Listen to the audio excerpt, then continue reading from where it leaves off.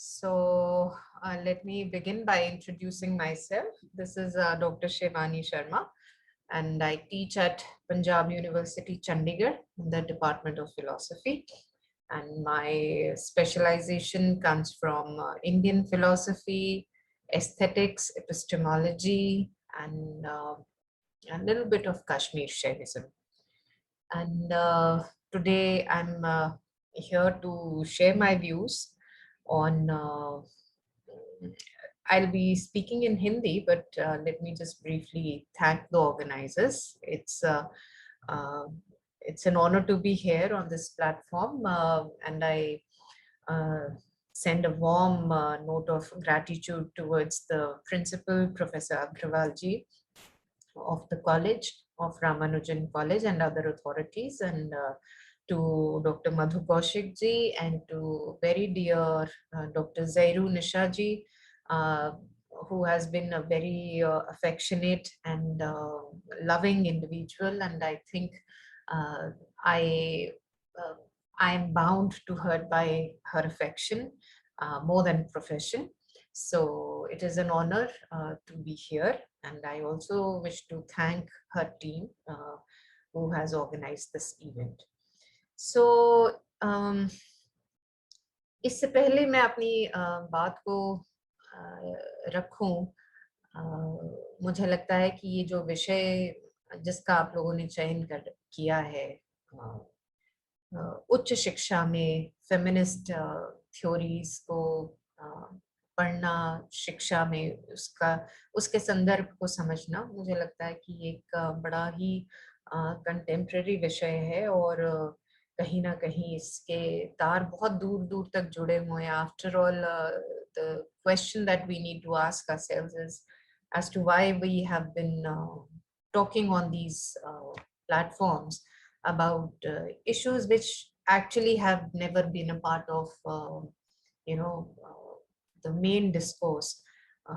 So मुझे लगता है कि इन विषयों के ऊपर चर्चा होनी जरूरी है.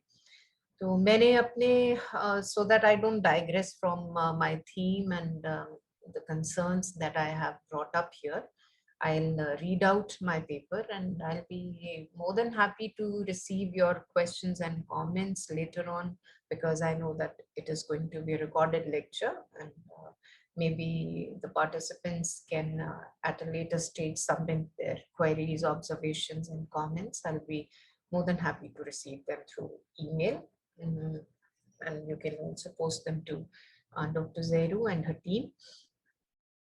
तो सबसे पहले तो मैं यही कहूँगी कि इस बात की मुझे बहुत प्रसन्नता है कि इस विषय पर रिफ्रेशर कोर्स हम सबको एक ये अपॉर्चुनिटी की तरह मुझे तो लग रहा है कि उच्च शिक्षा में स्त्रीवादी शिक्षण और शोध, इसके ऊपर हम चर्चा करने जा रहे हैं. और मुझे आशा है कि प्रतिभागियों को यह एक विशेष अवसर प्राप्त होगा, जिसके माध्यम से उन्हें अनेक आयामों से इस विषय पर सुनने को मिलेगा, और वैचारिक रूप से वे लाभान्वित भी होंगे. क्योंकि ये रिफ्रेशर कोर्स है, तो ये मानकर चलूंगी कि सभी प्रतिभागी यथा योग्य किसी न किसी संस्थान से जुड़े होते हुए एक ऐसे स्तर तक पहुंच चुके होंगे जहां से वे अपनी बात को, अपने विचारों को अपने विद्यार्थियों में संप्रेषित करेंगे. तो न उनके विचार उनके विद्यार्थियों को ही केवल प्रभावित करेंगे, अपितु मुझे लगता है कि आने वाले पूरे भारतीय समाज की संरचना और संकल्पना में भी सहायक होंगे. इसलिए शिक्षा का विषय अति गहन विषय माना जाना चाहिए, क्योंकि एक शिक्षित व्यक्तित्व प्रभावित भी करता है और परिवर्तन भी लाता है. और यही संभावना एक आशा के रूप में समस्त शिक्षा नीतियों में, through, if you observe it very closely, through entire the underpinning of any education policies, to see a futuristic vision, to have a vision which is more futuristic in nature, and on a very hopeful note they try to run these policies. इसलिए शिक्षा का विषय बहुत गहन विषय माना जाना चाहिए, क्योंकि एक शिक्षित व्यक्तित्व प्रभावित भी करता है और परिवर्तन भी लाता है। और यही संभावना एक आशा के रूप में समस्त शिक्षा नीतियों का आधार स्तंभ होती है। Feminist teaching or masculine teaching, that shall always remain secondary, I believe. पर क्योंकि भारतीय समाज का निरंतर आमना सामना होता आ रहा है ऐसी विचारधाराओं से, जो कभी कभी ये सिद्ध करने का प्रयास करती हुई प्रतीत होती हैं कि भारतीय समाज में स्त्री की स्थिति बहुत प्रशंसनीय नहीं रही, तो उसके चलते यहाँ से प्रत्युत्तर में साबित किया जाना स्वाभाविक रहा है कि स्त्री को कभी देवी रूप में प्रदर्शित किया जाता रहा। अब स्त्री देवी है या दासी या है, इन दोनों में से ही कुछ नहीं है। इन प्रश्नों की उलझन में से मेरा अपना अनुभव ये कहता है कि केवल और उलझन निकल कर आती है। दर्शन के विद्यार्थी के रूप में समस्या को सुलझाना तो मेरा ध्येय नहीं रहेगा यहाँ पर, किंतु इतना भर प्रयास जरूर रहेगा कि इस विषय रूपी समस्या में कितनी वाजिब समस्या है उसका ठीक से एक विश्लेषण आप लोगों तक पहुंचा सकूं, आपके सम्मुख रख सकूं। शिक्षा के उद्देश्य से स्त्री विमर्श तक की यात्रा को भाषाबद्ध करने का ये छोटा सा प्रयास। पतंजलि के महाभाष्य में एक बहुत ही रोचक उदाहरण हमें मिलता है, जिसमें वे प्रश्न करते हैं केते शिष्टाः। इसका अगर हम सीधा सीधा संस्कृत में अनुवाद करें तो कौन लोग शिष्ट हैं। अब यहाँ हम यह मानकर चल रहे हैं, कहिए कि ये एक पूर्व अवधारणा के रूप में है कि हमारी शिक्षा का एक ध्येय शिष्ट होने में है। तो पतंजलि के माध्यम से यह प्रश्न हमारा अपना भी बनता है कि हम यह जाने कि कौन लोग शिष्ट होते हैं। केवल क्वालिफिकेशन से शिष्टता निश्चित हो जाए ऐसा भी नहीं है, किंतु फिर भी हम इसे एक संभावना मान लेते हैं।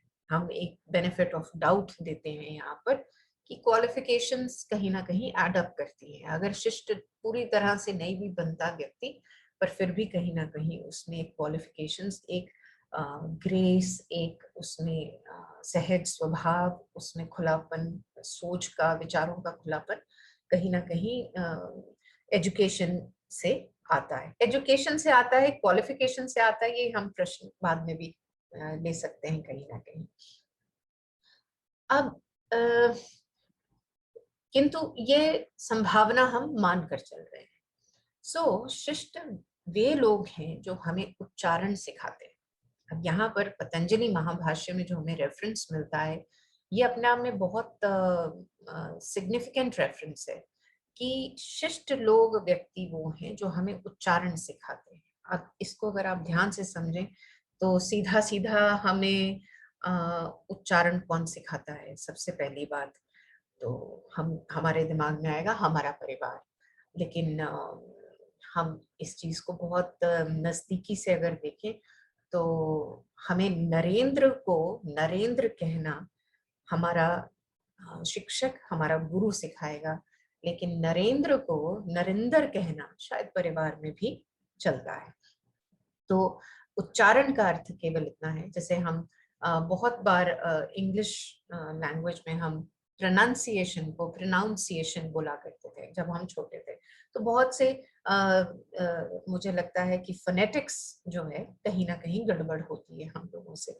तो उच्चारण अगर आपका शुद्ध है, देखिए भारतीय समाज, भारतीय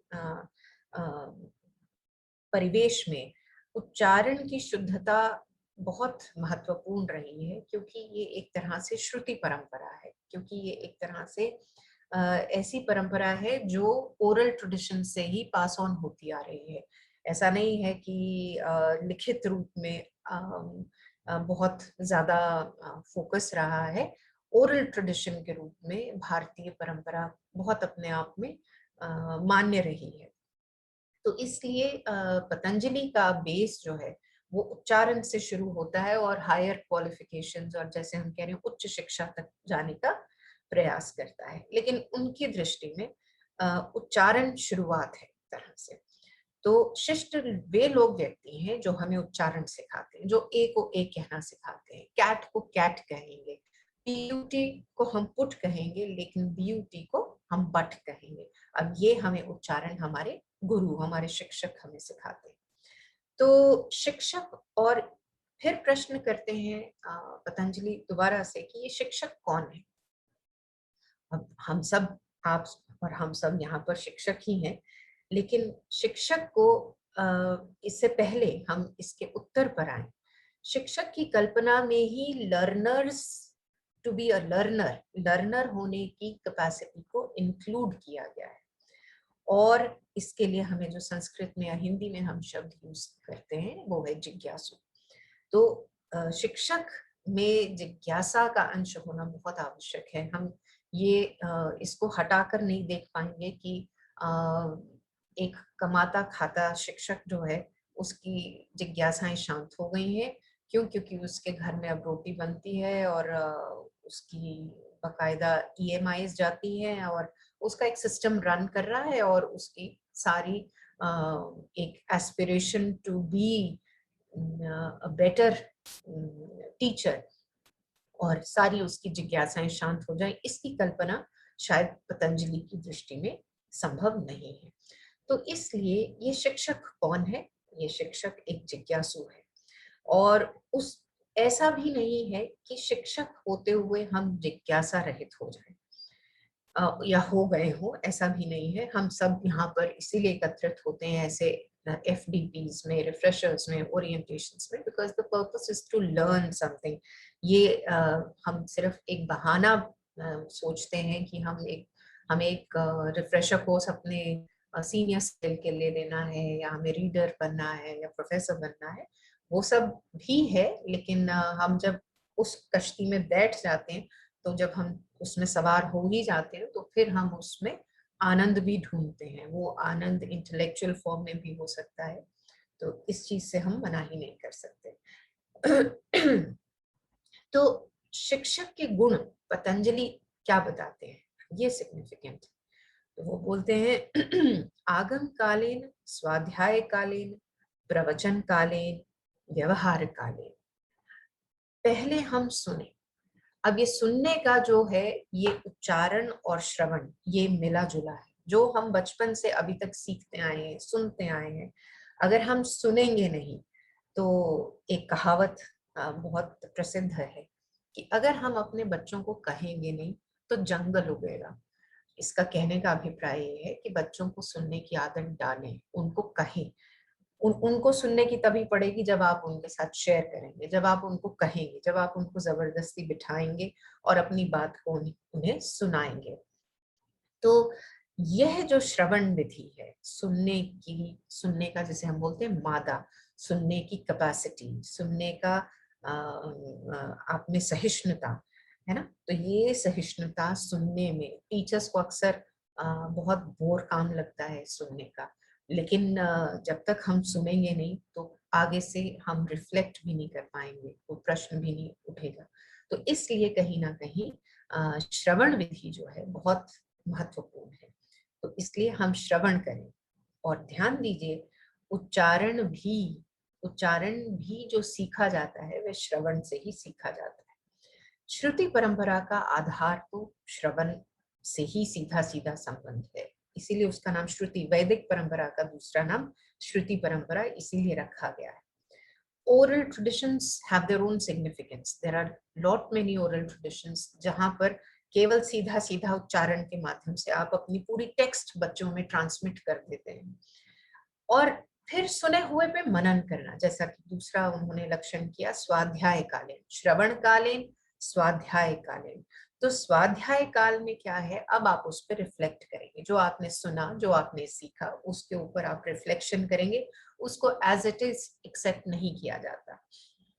अब तीसरा, सुने हुए पे आप मनन करने के बाद, रिफ्लेक्ट करने के बाद, चिंतन करने के बाद फिर उनको संप्रेषित करेंगे, प्रवचन कालीन। तीसरा लक्षण कि आपको फिर उसको आगे पढ़ाना है, बताना है, बतौर शिक्षक बतौर टीचर्स आप का ये धर्म है कि आपने जो अब सीखा है वो समाज को लौटाना है।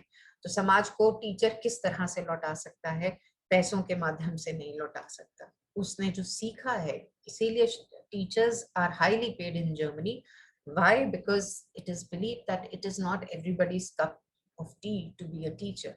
तो इसलिए कहीं ना कहीं आपको वो ट्रांसमिट करना है, उसको संप्रेषित करना है जो आपने सीखा है, और वो प्रवचन से होगा। आप जैसे जैसे दूसरे को सिखाएंगे, आपको जो नहीं आता उसका भी आपको अंदाजा होता चला जाएगा। और चौथा, केवल यही नहीं, आप संप्रेषित ही नहीं करेंगे, फिर उसको व्यवहार काल में भी लाएंगे। कहने का अभिप्राय कि आप उसको जिएंगे। अब ये जो है शिक्षक, इसी इन 4 स्तरों पे हम बड़े आसानी से समझ सकते हैं कि 4 स्तरों पे हम कहाँ फॉल्टर करते हैं। अक्सर लोग व्यवहार स्तर पे फॉल्टर करते हुए मिलते हैं हमें, कि हमें थ्योरीज पता है, हमें सारे फॉर्मूलाज पता हैं, हमें अच्छी लाइफ की वे टू गुड लाइफ भी पता है, लेकिन हम व्यवहार में उसको उतार नहीं पाते। जैसे महाभारत का छोटा सा मुझे संदर्भ याद आ रहा है कि कृष्ण जब गए, जब युद्ध होने लगा तो अर्जुन को कहा कि अच्छा मैं एक बार दुर्योधन से बात करके देखता हूँ, शायद मान जाए। मैं उसको समझाने की कोशिश करता हूँ। तो कहते हैं कि कृष्ण गए दुर्योधन के पास और उसको कहा कि देखो, बहुत बहुत नुकसान होगा, बहुत युद्ध में नुकसान हो जाएगा, बहुत से जाने जाएंगे, बहुत हिंसा होगी, तो तुम धर्म का मार्ग क्यों नहीं पकड़ते हो? तुम दे दो जमीन जो अपने भाइयों की बनती है, उनका जो अधिकार बनता है वो दे दो। तो कहते हैं दुर्योधन का ये उत्तर था कृष्ण को, जानामि धर्म न च मे प्रवृत्ति। मैं धर्म को जानता हूँ कृष्ण, मुझे मत बताओ, मुझे मत सिखाओ कि धर्म क्या है, अधर्म क्या है। मैं धर्म को जानते हुए भी मेरी उसमें प्रवृत्ति नहीं है। अब यही व्यवहार काल में हमारे सामने एक क्राइसिस के रूप में उभर कर आता है कि हम जानते हैं कि हमारे लिए क्या धर्म है, क्या अधर्म है, लेकिन फिर भी हम उसको अपने चरित्र में, अपने व्यवहार में, अपने जीवन में उतारने में बहुत असमर्थ पाते हैं। और जो लोग जब मैं जो लोग की बात करती हूँ तो सीधा सीधा मेरे मन में कलाम आते हैं, है ना? मेरे मन में ऐसे गुर्बत में जिए हुए लोग आते हैं, जिन लोगों का जीवन अभाव में रहा, लेकिन जब उनके पास संपत्ति आई भी तब भी उन्होंने, जैसे कहते हैं ना, ज्यों की त्यों धर दीनी चदरिया, जैसे आए थे वो वैसे ही चले गए। और कैसे जाते हैं, कितनी सहजता से यहाँ से चले जाते हैं, ये अपने आप में एक गजब का फिनोमेना है मेरी दृष्टि में। पर यहाँ पर हम इसकी चर्चा पे नहीं है, लेकिन कहने का अभिप्राय केवल इतना है कि व्यवहार काल में जब हम अपनी पढ़ाई हुई बात को उतारते हैं या सुनी हुई बात को हम उतारते हैं, तो जीवन का लक्ष्य भी शायद यही रहता है। तो ये चारों को मैं कहूँगी कि हमें उच्च शिक्षा से रिलेट सबसे पहले करके देखना चाहिए कि आज की उच्च शिक्षा जिसमें हम यूनिवर्सिटीज में, कॉलेजेस में पढ़ रहे हैं, पढ़ा रहे हैं, क्या ये चारों पैरामीटर्स कवर हो रहे हैं उच्च शिक्षा में? कहीं ना कहीं कवर होते हैं या नहीं होते? और न्यू एजुकेशन पॉलिसी में कहीं ये कवर हो रहे हैं? इस पे भी हमें विचार करना चाहिए। और मुझे उम्मीद है कि अगर कहीं नहीं भी हो रहे कवर, तो ये आयाम ऐसे हैं कि हर टीचर का, हर शिक्षक का इन चीजों से आमना सामना होता है, कभी ना कभी, जल्दी देर सवेर कहीं ना कहीं उसको ये इनकाउंटर करना ही पड़ता है। इसलिए ये 4 अवस्थाएं एक शिक्षक के लिए निर्धारित की गई हैं। इसी से जुड़ी और एक महत्वपूर्ण बात, जिसकी ओर महाभाष्य इंगित करता है, पतंजलि का महाभाष्य इंगित करता है कि शिष्ट वे लोग भी हैं जो अपवाद को नित्य सत्य से अलग करके देख पाते हैं।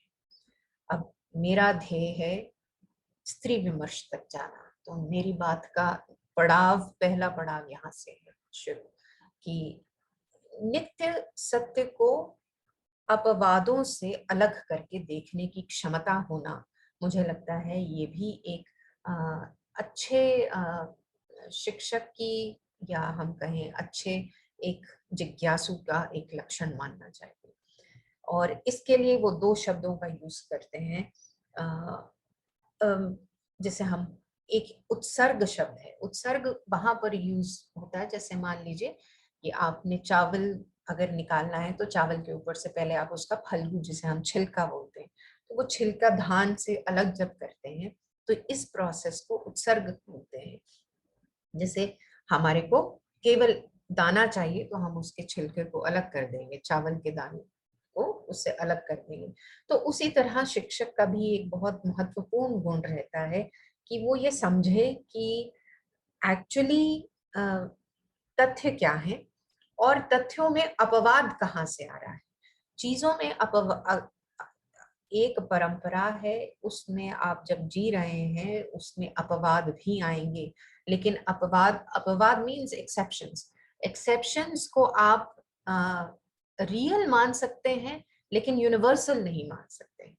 दे can not be taken as you know universally true, always true, they are not always true, and that is why they are known as अपवाद। तो इसलिए एक अच्छा शिक्षक वो भी है जो ये समझता है कि तथ्य रूप में सत्य क्या है और उसके अपवाद क्या है। ये भिन्न भिन्न जो मुझे लगता है कि डायमेंशंस हैं, ये भी टीचर के लिए, एक अच्छे उच्च स्तर के शिक्षक के लिए समझना और आगे अपने विद्यार्थियों तक अ, इस बात को समझाना बहुत जरूरी है। किस चीज को पकड़ना है और किस चीज को छोड़ देना है, ये सोच पाना, मुझे लगता है एक शिष्ट व्यक्ति, उसका ये गुण माना जाना चाहिए। बस हमारा यहीं से प्रयास शुरू होगा एक स्त्री विमर्श के लिए। उसकी मौलिक समस्याएं क्या है और उसमें उपजने वाले अपवाद क्या है, ताकि हमारे मानस पटल पर यह स्पष्ट हो सके कि समस्या में समस्या है कितनी। दर्शन के छात्रा होने के नाते डॉक्टर जैरू भी फिलोसफी से ही है, तो मैं इस चीज को बहुत हलीमी से कहना चाहूंगी कि हम लोगों को इस चीज का कभी भी अभिमान नहीं करना चाहिए, पर कहीं ना कहीं चाहते हुए एक ये अपने में गौरव गौरव का अनुभव करते हैं हम लोग दर्शन के छात्र छात्राएं, कि हमें समस्या को सुलझाने में उतनी रुचि शायद नहीं होती जितना समस्या में समस्या को देखने की। कई बार समस्या में समस्या उपलब्ध ही नहीं होती, वो एक फेक समस्या के रूप में, एपरेंट समस्या के रूप में उभर कर आती है चीज, और उसके बाद वो फिजल आउट कर जाती है as soon as you start analysing it. तो क्या स्त्री विमर्श भी कहीं इस तरह की समस्या तो नहीं है जिसमें कुछ जिसे कहते हैं फिनोमिनोलॉजिकल मेथड, एक इस तरह का मेथड है जिसमें हम ब्रैकेटिंग करते हैं। It is like learn unlearning the learned, जो आपने सीखा है उसको अनलर्न करने की प्रक्रिया। तो जो आपको लगता है कि हाँ इसमें ये समस्याएं हैं, तो अगर हम धीरे धीरे करके उसकी एक एक तह को खोल के देखें, अनफोल्ड करें समस्या को, तो हो सकता है गुंजाइश है कि at the end of this lecture or at the end of this refresher course you may feel कि समस्या इतनी उस स्तर की नहीं है जिस स्तर की इसमें हम ग्रेविटी को मानते आ रहे हैं। तो मेरा भी यही ध्येय रहेगा आप लोगों के साथ थोड़ा विमर्श करने का, स्त्री विमर्श करने का। इससे पहले कि मैं अपनी बात को और एलैबोरेट करूं और विस्तार से कहूं, कुछ एक प्रश्न है जो मैंने आउटलाइन एक आप लोगों की सहूलियत के लिए एक फ्रेम बनाने का प्रयास किया है। तो हो सकता है कि उनको सुनने से आपको लगे कि आप उस फ्रेम में कहीं फिट हो रहे हैं, या कुछ प्रश्न ऐसे भी हो सकते हैं जो निरर्थक हों, जो आपको लगे कि इनको रिफॉर्म करना चाहिए।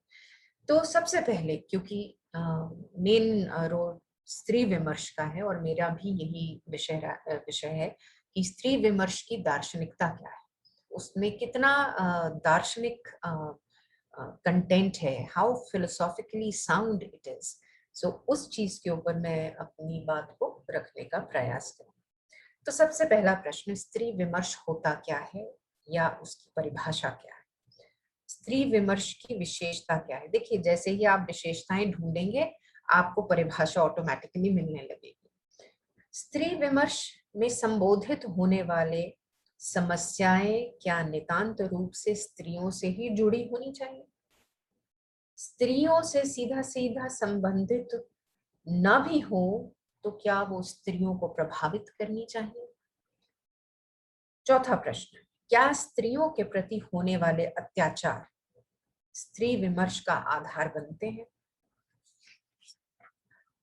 पांचवा, क्या स्त्रियों में जागरूकता उत्पन्न करना स्त्री विमर्श का ध्येय एवं लक्ष्य है? यदि है तो फिर जागरूकता किस बारे में? इकोनॉमिक और फाइनेंशियल इंडिपेंडेंस को लेकर हम उनको जागरूक करना चाहते हैं, उनको शिक्षित करने के लिए जागरूक करना चाहते हैं, उनके अधिकारों के प्रति जागरूक करना चाहते हैं। क्या है हमारे मन में जब हम उनमें जागरूकता उत्पन्न करना चाहते हैं, क्या कहना चाहते हैं? हम इन विषयों के ऊपर जब तक गंभीर होकर नहीं सोचेंगे, मुझे लगता है कि बहुत अन्याय करते हैं हम अपने साथ, कि बिना सोचे हम बातें करते हैं।